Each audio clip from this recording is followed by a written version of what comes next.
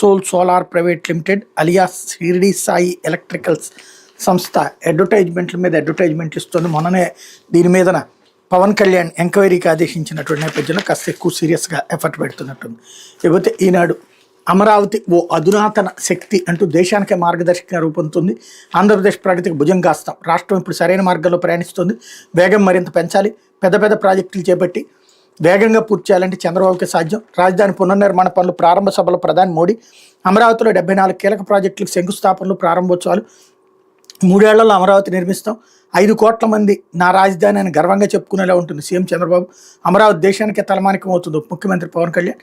ఆంధ్రప్రదేశ్లోని యువత కళలు నిజం చేసే నగరంగా అమరావతి నిలబోతోంది. ఐటీ, కృత్రిమ మీద, గ్రీన్ ఎనర్జీ, క్లీన్ ఇండస్ట్రీ, విద్య, ఆరోగ్య రంగాల్లో దేశానికి మార్గదర్శక రూపొందుతుంది. ఆంధ్రప్రదేశ్ ఇప్పుడు సరైన మార్గంలో వేగంగా ప్రయాణిస్తుంది. వేగాన్ని కొనసాగించాలి, మరింత పెంచాలి.